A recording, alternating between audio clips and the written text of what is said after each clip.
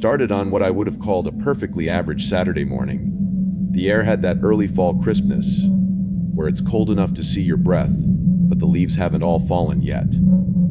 I just moved into a small rental house about 3 weeks earlier, just on the edge of town, near where the neighborhoods start thinning out into farmland. It was a modest 2-bedroom place with a detached garage, and what I thought at the time, a charming little basement. I moved in with my dog Tucker, a shepherd mix I'd adopted the year before, and we'd finally settled into a bit of a rhythm. He'd curl up at my feet while I worked from home during the week, and on weekends, we'd go out walking the trails behind the nearby creek. That morning, I remember making coffee and frying up some bacon. Tucker sat patiently by the stove like he always did, waiting for a scrap. I had music playing on my phone, Tom Petty, if I'm remembering right, and I was humming along while unloading some boxes I still hadn't gotten around to. Mostly old photo albums, cords I didn't know what to do with, some paperbacks I probably wouldn't read again. Just normal, boring moving and stuff. At some point I realized my toolbox wasn't where I thought I'd left it. I'd set it down in the corner of the dining room 2 days earlier, after fixing one of the closet doors, but now it was gone. I figured maybe I brought it down to the basement without thinking. That place was already kind of a catch-all: paint cans, spare tiles, boxes of winter clothes. When I opened the basement door, this odd draft came up the stairs. It wasn't freezing or anything, just weirdly cold.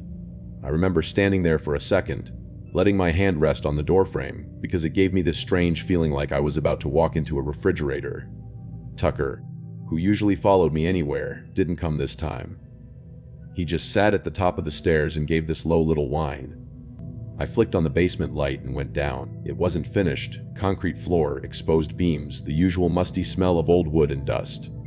I looked around and sure enough, the toolbox was there, right by the water heater, which was strange because I hadn't touched it since the closet job, and I would have remembered bringing it down. But I chalked it up to forgetfulness. Moving's stressful, I told myself.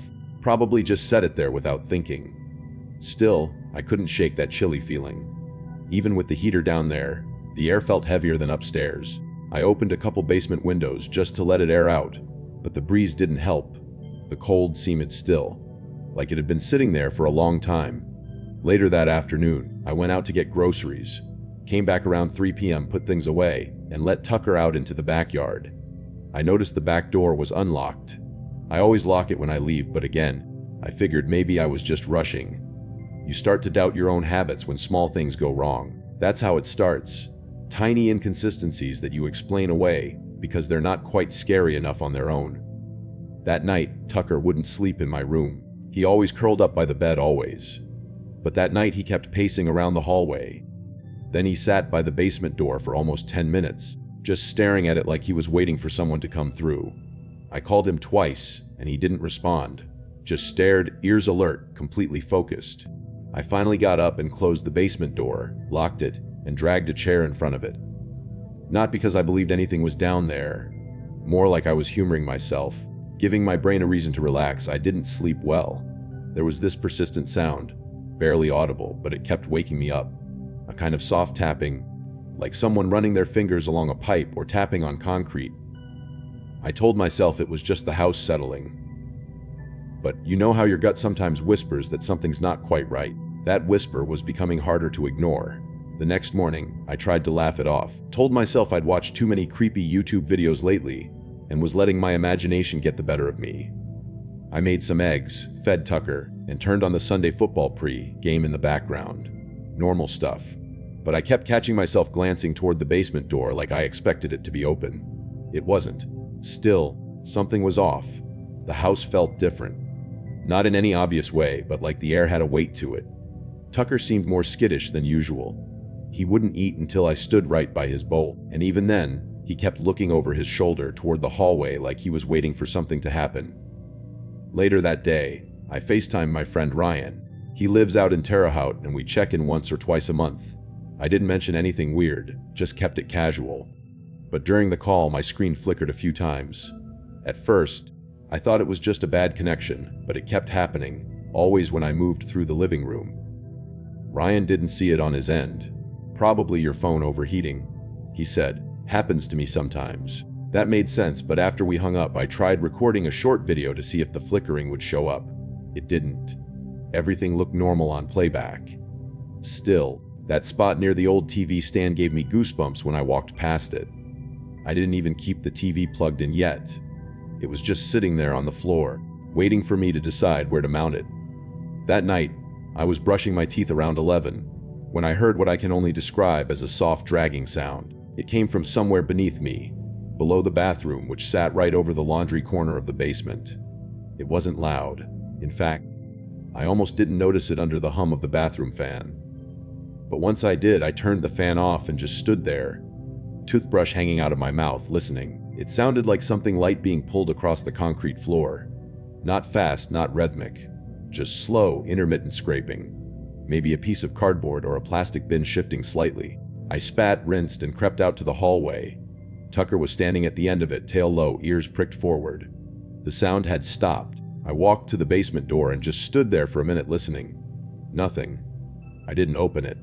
I went back to my room and left the hall light on. A couple of days passed. I had a busy week with work and tried to distract myself. But more odd stuff happened. I started finding lights on that I swore I turned off. The hallway bulb once, then the kitchen. I blamed it on muscle memory, long days, too much screen time, that kind of thing. But what got under my skin was the thermostat. I keep it at 68, always have. Twice that week I woke up sweating, only to find it had been bumped up to 74. I live alone. There's no one else to adjust it. I even checked the programming settings to see if there was some auto schedule I'd forgotten about. Nothing. The manual setting had been changed. On Thursday, my neighbor, Mrs. Larkin, sweet lady in her 60s, came over with some zucchini bread. I didn't bring anything up, but while we were talking, she glanced around my living room and said, "It's nice in here. A little dark, though. You ever notice how your bulbs dim in and out?" I thought it was just my eyes at first. That made me stop.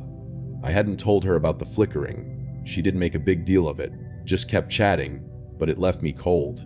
That night, I sat in the living room with all the lights on.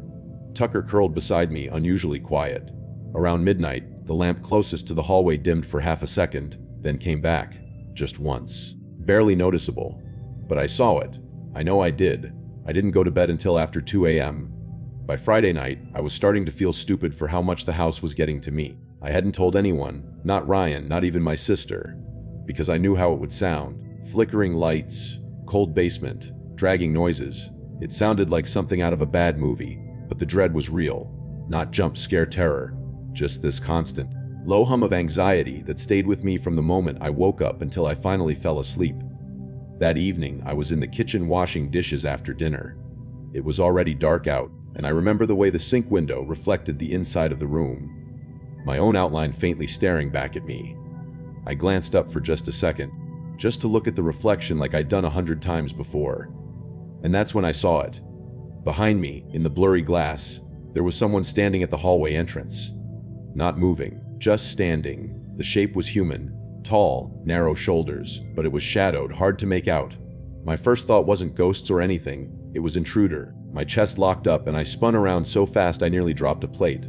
Nothing, no one. I ran through the hallway, checked the doors. Both front and back were locked, every window closed. My heart was pounding in my ears. Tucker came running from the bedroom, barking like crazy, but when he got to the hallway, he just stopped dead. His tail dropped, and he backed up a step. He kept staring at the same exact spot I'd seen the figure, that stretch of wall just before the basement door. I didn't sleep much that night. I kept the lights on in every room and let Tucker up onto the bed with me, which I hadn't done since he was a puppy. Around 3 a.m., I thought I heard something soft, like a door gently clicking shut somewhere in the house. But I didn't check. I just lay there, pretending not to hear it. The next afternoon, I was out back tossing a ball with Tucker, trying to shake the tension. The fall sun had come out and the air felt good. Normal. A neighbor's kid was riding a scooter up and down the sidewalk, and for the first time all week, I felt like myself again. Then I looked up toward the side of the house, toward the small basement window. It's one of those little rectangular ones set high in the concrete foundation, just barely above ground level. I'd always figured it didn't let in much light. But at that moment, it caught the sun just right. I saw something move behind the glass. It was fast, barely more than a flicker of motion, but it was there, like someone had walked past the window from the inside. I froze. My first instinct was to rationalize, maybe a curtain shifting or my own reflection. But there's no curtain down there, and the angle wouldn't show my reflection unless I was standing right up close, which I wasn't. I stood there for a full minute holding the ball, waiting for anything else to move. Nothing did. Eventually, I went back inside, heart racing again, and grabbed a flashlight. I opened the basement door, which creaked louder than usual, and Tucker immediately started growling, low, constant. Not barking, just this warning growl I'd never heard from him before. I told him to stay, and he actually did. I went down one slow step at a time, scanning the whole room. No one was there. Nothing had changed. Just the same clutter, same smell of old paint and damp air. But I couldn't bring myself to turn my back on the far wall. I backed up the stairs, flashlight beam shaking in my hand. That night, I moved the chair back in front of the basement door and left it there. I didn't tell myself it was silly this time. I didn't need to pretend anymore. Something wasn't right in that house. The next morning I caved and called my sister Emily. She lives down in Bloomington and we talk maybe once or twice a month. But that morning I needed to hear a familiar voice. At first, I tried to be casual, just asked how things were, told her work was fine, that Tucker was acting a little strange. But it didn't take long for the conversation to steer where I needed it to. "There's just been weird stuff happening," I said. "Stuff moving around the house, lights flickering, thermostat changing. I saw something, through the basement window yesterday. But when I checked, no one was there." She was quiet for a second, then laughed. "You're telling me your house is haunted?" "No," I said quickly. "I'm not saying that. I'm just saying something's not right." I could tell she didn't buy it. She asked if I'd been sleeping okay. Told me stress can mess with your head. "You've been working long hours, haven't you? That can do it. You sure you're not just, spooking yourself?" That stung more than it should have. I wasn't looking for someone to tell me I was imagining things. I wanted her to say, "That sounds wrong. Do you want me to come up?" But she didn't. She made a joke about needing to send me some sage or crystals or whatever, and then changed the subject to a recipe she tried the night before. I let her talk, but I barely heard it. I hung up after 20 minutes and just sat there, staring at the living room floor, feeling more alone than I had in years. Around noon, I called the non-emergency police line. I told the guy who answered that I thought someone might have been trying to get into my house. I didn't mention the figure in the window or the lights. I just said I'd noticed my thermostat being tampered with, and that I'd heard noises at night. They sent a cruiser by within an hour. Young officer, probably late 20s, name tag said Jennings. I walked him around the outside of the house, showed him the basement window. He knelt down and shined his flashlight inside, but didn't see anything unusual. We went back in and I showed him the basement, though I stayed at the top of the stairs. "I mean, it's an older house," he said, brushing some cobwebs off his shoulder. "Basements always make noise. Pipes shift, wood settles. Nothing's been tampered with as far as I can tell. All your windows are secure." I nodded. "Right, yeah. I guess I thought maybe someone was trying to mess with me." He smiled politely, like he'd heard this a dozen times before. "You live alone?" "Yeah, just me and my dog." "Well, if anything happens again, if you see someone or hear something definite, give us a call. But from what I can see, everything looks okay. That sentence echoed for hours after he left. I texted Ryan later that evening. Just a quick message. "Ever feel like your house is trying to mess with you?" He replied with a laughing emoji and a gif of some guy walking through a haunted house. I didn't respond. That night I sat in the living room with the TV off. All the lights on, Tucker curled up on the couch beside me. I kept thinking about how fast people are to dismiss you when you're scared. When nothing's bleeding or broken, they just smile and nod and say, "Get some rest." But I wasn't tired. I was wide awake. And the worst part wasn't the silence. It was knowing something could happen again, and no one would believe me. I don't remember exactly what time I fell asleep that night, but it was well after 2. I'd left every light on in the house, the hallway, the kitchen, even the bathroom. Tucker was curled against my side, and I kept one hand on his back like somehow that would keep us both grounded. At some point, maybe around 3:30, I woke up to a soft thump. Not loud, almost like a cupboard closing gently. At first, I thought it was part of a dream, but then I heard it again, a little louder, followed by a low creak like pressure on floorboards. I lay completely still, eyes wide in the half-light of the room. Every light was still on, yet the hallway outside looked dimmer than it should have. Like the bulbs had faded just slightly, like they were being drained. Tucker lifted his head and stared toward the bedroom door. He didn't growl, he didn't bark. He just stared, ears up, and then slowly got off the bed without making a sound. He stood at the doorway, tense, his body pointing like a compass needle straight down the hall. I got up, heart hammering so hard I felt it in my ears, and moved toward him. Just as I reached the door, the hallway light flickered. Not the usual quick blink. It stuttered, once, twice, and then dimmed to a dull amber glow. And in that moment, at the far end of the hallway, near the basement door, I saw something. Not a figure this time, just movement. Something slipping just out of sight around the corner.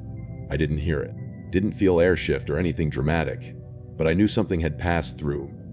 I whispered, "Tucker," and reached for him, but he didn't come. His head was low, eyes still locked on the basement door like he was watching it breathe. Then the hallway lights went out. Not all the lights, just the hallway. The rest of the house stayed faintly lit, but that one stretch of space went pitch black. My stomach dropped.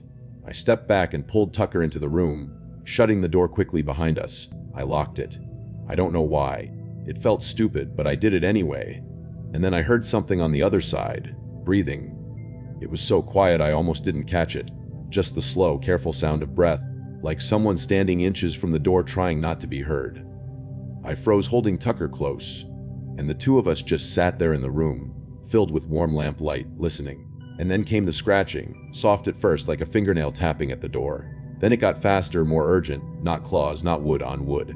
Fingers. I swear it was fingers. I wanted to scream, to call someone to move, but I couldn't. My body felt locked in place, like if I made one sound it would all get worse. After a few seconds, maybe longer, it stopped. Silence again. I waited. 5 minutes. 10. The clock ticked past 4. I finally worked up the nerve to creep toward the door and press my ear to it. I didn't hear anything, but something made me look down, and that's when I saw it.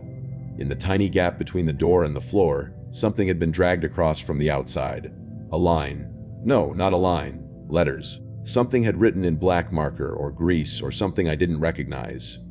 Just 3 words right there on the floor, upside down from my view but easy to read. YUK Amum. I staggered back.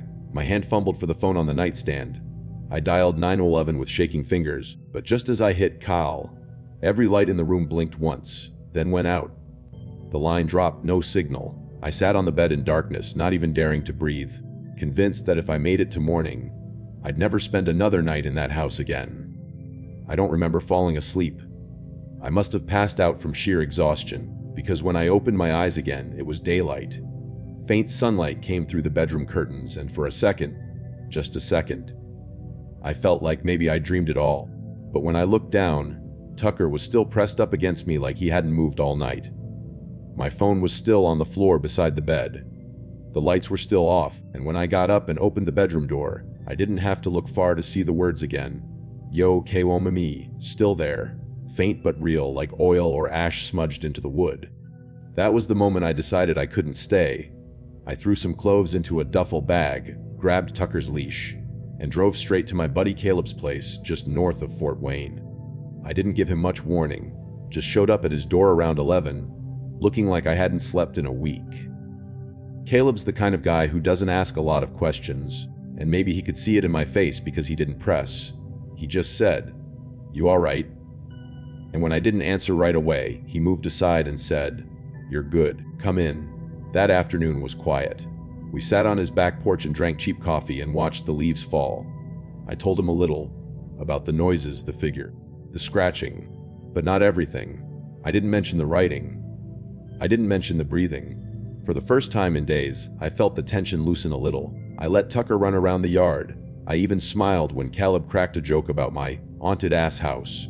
By evening, I almost felt stupid for leaving. I kept trying to convince myself it was stress, lack of sleep, old wiring, maybe some kid messing with me, all the things everyone else had said. I kept saying it in my head like a mantra. It wasn't real. You overreacted. You're fine.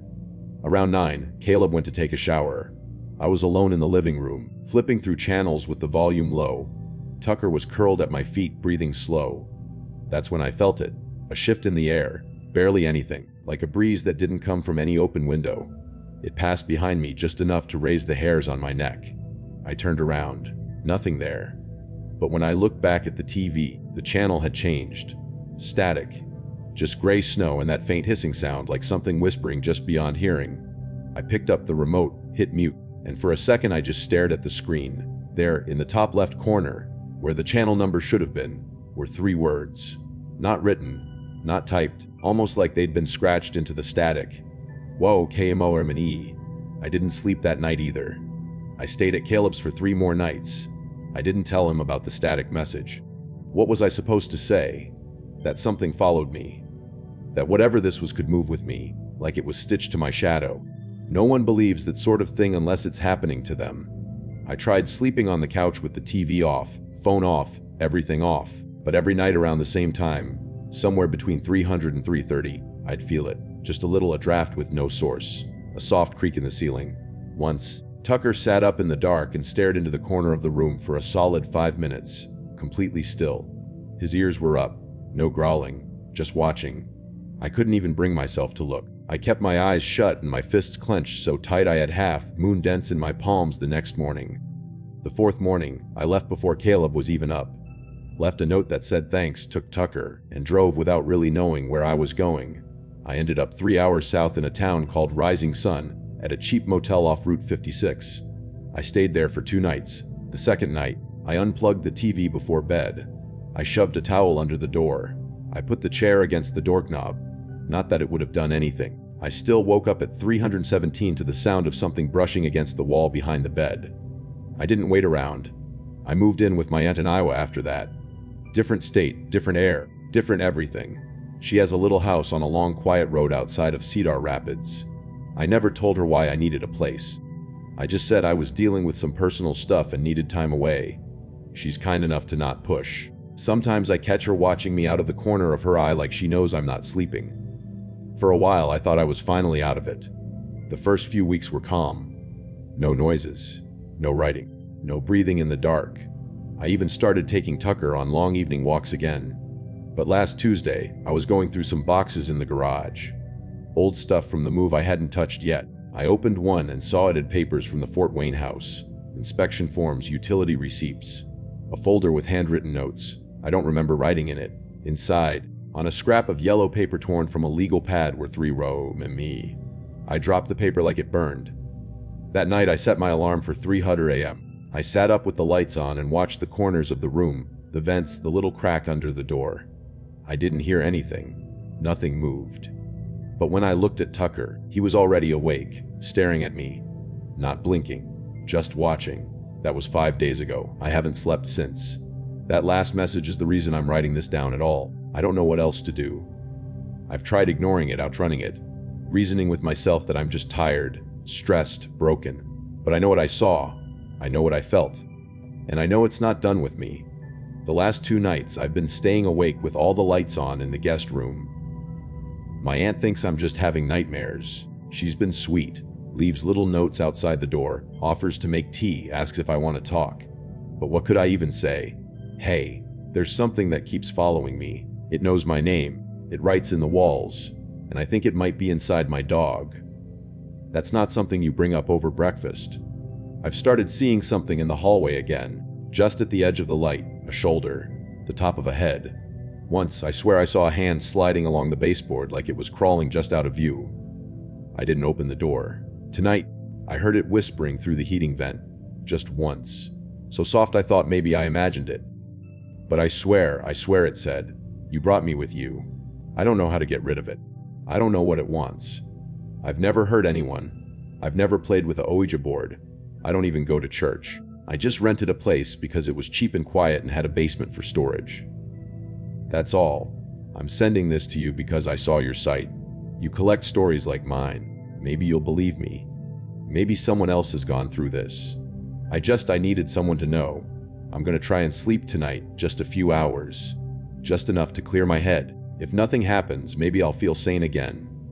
But if I don't wake up, or if I disappear like I keep dreaming I will, like I'm just gonna slip through a crack in the floor and vanish, I want someone to know I tried. I didn't ask for this. I just opened the wrong door. After he sent this email, I replied asking if he was okay. He never answered. The email bounced a few days later.